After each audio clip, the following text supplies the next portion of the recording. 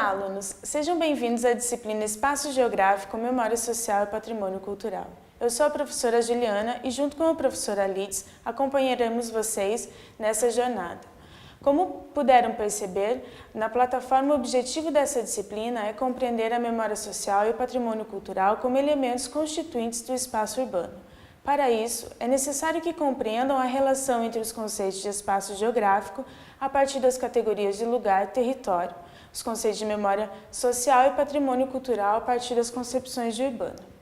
Nesse sentido, vamos caminhar na disciplina fazendo uma breve discussão sobre o conceito de espaço, nas chamadas correntes do pensamento geográfico, e aprofundar as discussões do conceito de território e lugar, para então compreender os conceitos de cidade e urbano e após analisar os conceitos de memória social e patrimônio cultural.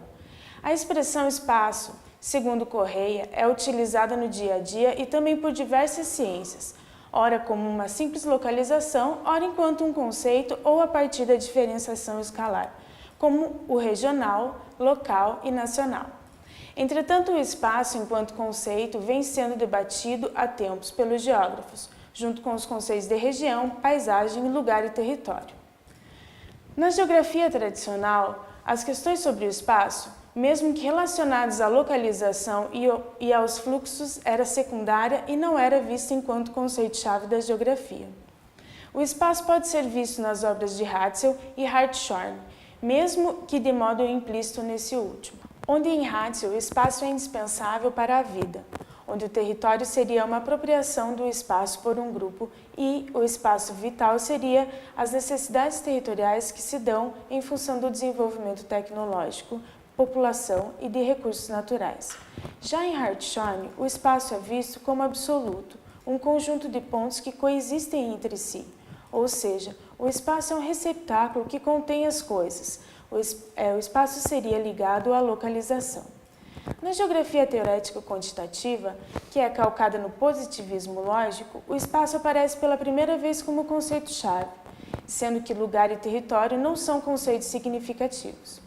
O espaço, nessa perspectiva, é concebido como planície isotrópica e uma representação matricial, onde no primeiro seria uma construção teórica, onde o ponto de partida é homogêneo, tanto em questões físicas quanto humanas, e o ponto de chegada é a diferenciação espacial, que se dá a partir de ações e mecanismos econômicos que levam à diferenciação do espaço.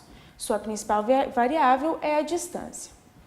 Já a representação matricial do espaço são operacionais, como localizações, fluxos, hierarquias e especializações funcionais. Enfim, são modelos de organização espacial e sua variável mais importante é a distância. O espaço na geografia crítica é fundamentado na dialética e no materialismo histórico. Nasce da discussão entre geógrafos marxistas e não marxistas sobre o aparecimento ou não do espaço na obra de Marx. Entretanto, de outro lado, ainda buscam compreender a natureza e o significado de espaço, além da identificação das categorias de análise do espaço. A análise espacial na vertente marxista foca nas contradições sociais e espaciais dos países centrais e periféricos. Os principais teóricos da geografia crítica é Henri Lefebvre e, no Brasil, com Milton Santos. Na geografia humanística e cultural, são calcadas nas filosofias dos significados e estão relacionadas à subjetividade, intuição, sentimentos, experiência, simbolismo, priorizando o singular. A paisagem e a região tornam-se conceitos revalorizados, mas tem no território uma de suas matrizes. O lugar passa a ser um conceito-chave de extrema relevância e o espaço tem o significado de espaço vivido. Segundo Tuan, o espaço para a geografia humanista considera os sentimentos espaciais e as ideias de um grupo ou povo sobre o espaço experienciado. O lugar possui um espírito, uma personalidade, havendo um sentido de lugar que se manifesta pela apreciação visual ou estética e pelos sentidos a partir da vivência. É importante destacar que Correia mescla no livro a geografia humanística e cultural, entretanto muitas discussões a colocam como diferentes. Mas de qualquer forma, o espaço para Correia é a morada do homem e multidimensional. E aceitar essa multidimensionalidade é aceitar as diferentes práticas espaciais que, para Harvey, permitem construir diferentes conceitos de espaço. Aprofundando então sobre o conceito de territórios, temos a concepção de Souza, que coloca-o como o espaço definido e delimitado por e a partir de relações de poder. O território para o autor não está relacionado a recursos naturais ou a que e quem produz em um dado espaço, ou até mesmo pode não ter relação e ligação afetivas e de identidade de um grupo em relação ao espaço. Esses aspectos são fundamentais, entretanto, a verdadeira relação é feita a partir de relações de poder, onde se pergunta quem domina ou influencia e como domina ou influencia esse espaço. Assim, o território é um instrumento de poder. O autor ainda evidencia que o território não tem relação com o Estado-nação, ou como o território nacional, grandes espaços, sentimentos patrióticos, território pátrio. Para ele, os territórios existem e são construídos e desconstruídos nas mais variadas escalas, da mais acanhada a escalas internacionais. São construídos e desconstruídos dentro das mais diversas temporalidades, podem ter caráter permanente, periódico ou até mesmo cíclico. O território será um campo de forças, uma teia ou rede de relações sociais, que, a par de sua complexidade interna, define ao mesmo tempo um limite, uma alteridade, a diferença entre o nós, o grupo, os membros da coletividade ou comunidade, os insiders, e os outros, os de fora, os estranhos, os outsiders.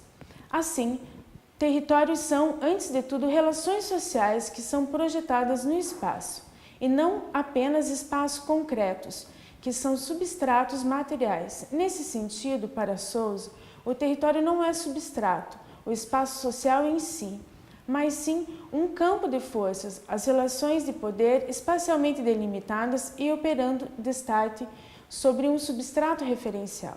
Enfatiza ainda que quando o exercício do poder depende da organização espacial das formas espaciais, fala-se em trunfos espaciais da defesa do território e não do conceito de território em si. O território pode ser pensado sob a perspectiva de uma coletividade autônoma, onde o exercício do poder não é concebido sem territorialidade, podendo ser esta de limites externos, fronteiras espaciais do poder, diferenciações internas da sociedade que impõem territorialidades específicas. O espaço social delimitado e apropriado politicamente enquanto um território de um grupo é suporte material da existência e mais ou menos fortemente catalisador cultural simbólico, e nessa qualidade indispensável fator da autonomia.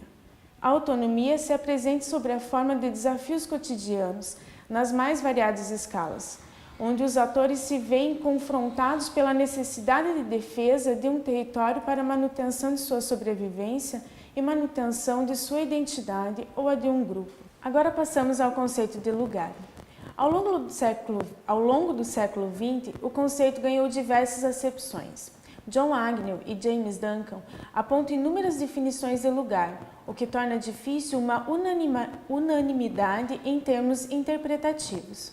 É possível identificar duas orientações que se afirmam na discussão de lugar, a partir de duas linhas epistemológicas, o da geografia humanista e o da dialética marxista. Na geografia humanista, os lugares são centros pelos quais atribuímos valor e onde são satisfeitas as necessidades para as realizações primeiras das pessoas. São abordagens importantes de lugar, pois, segundo Tuan, temos o privilégio de acesso a estados de espírito, pensamento e sentimentos das pessoas. Os significados que os indivíduos atribuem aos lugares estão associados com o cotidiano, movimentos e atividades através dos lugares. Dessa forma, o mundo enquanto lugar de vida do cotidiano não é apenas o ambiente real e lógico nas quais as coisas se tornam possíveis, mas um pergaminho de experiências vividas e partilhadas em evidências de um mundo subjetivo.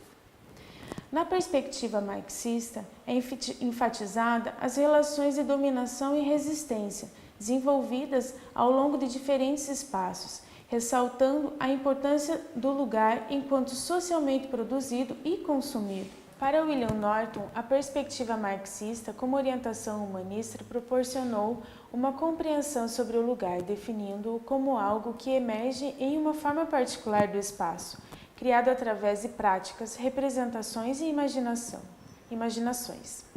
De outra forma, nas bases marxistas estruturalistas, o lugar era pensado em termos de singularidade, em sua relação com o particular e o universal.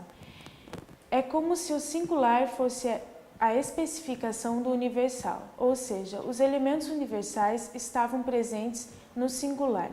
A abordagem marxista dá ênfase ao sentido do lugar e a partir das relações de dominação e resistência. Ligada à geografia humanista, mas com perspectiva diferenciada, Eduard Helf enfatiza a relação sujeito-lugar, focalizando a experiência vivida do espaço, descrevendo os componentes essenciais do lugar, sugerindo que determinados lugares são mais autênticos que outros e que o sentimento de pertencimento, movido por um forte laço de amizade entre as pessoas, caracteriza o lugar.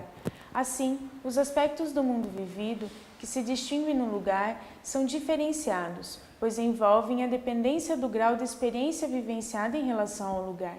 Para o autor, as relações e experiências desenvolvidas nos lugares podem ser autênticas, originadas de relações constituídas ao longo da vida, e inautênticas, originadas de relações superficiais, sem clareza dos significados presentes no lugar, como aquelas dos turistas esporádicos. O autor ainda propõe uma discussão sobre o conceito de lugar em duas direções. A identidade do lugar leva a uma análise a partir de características como os monumentos, as atividades produtivas, modos de falar da população de determinada localidade, etc. Já a identidade com o lugar está na vinculação do sujeito em relação ao espaço.